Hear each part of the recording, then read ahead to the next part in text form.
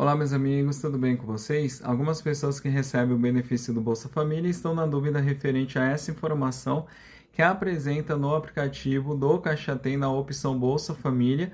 Em última atualização, apresenta a seguinte informação: liberado referência 08/2026.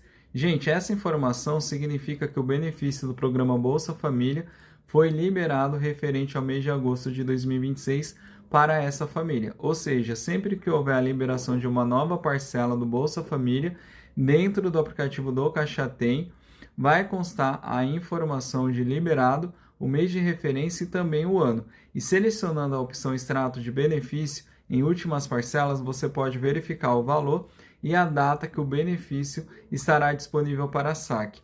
Eu espero ter ajudado e qualquer dúvida que você tiver, você pode comentar que eu respondo assim que possível.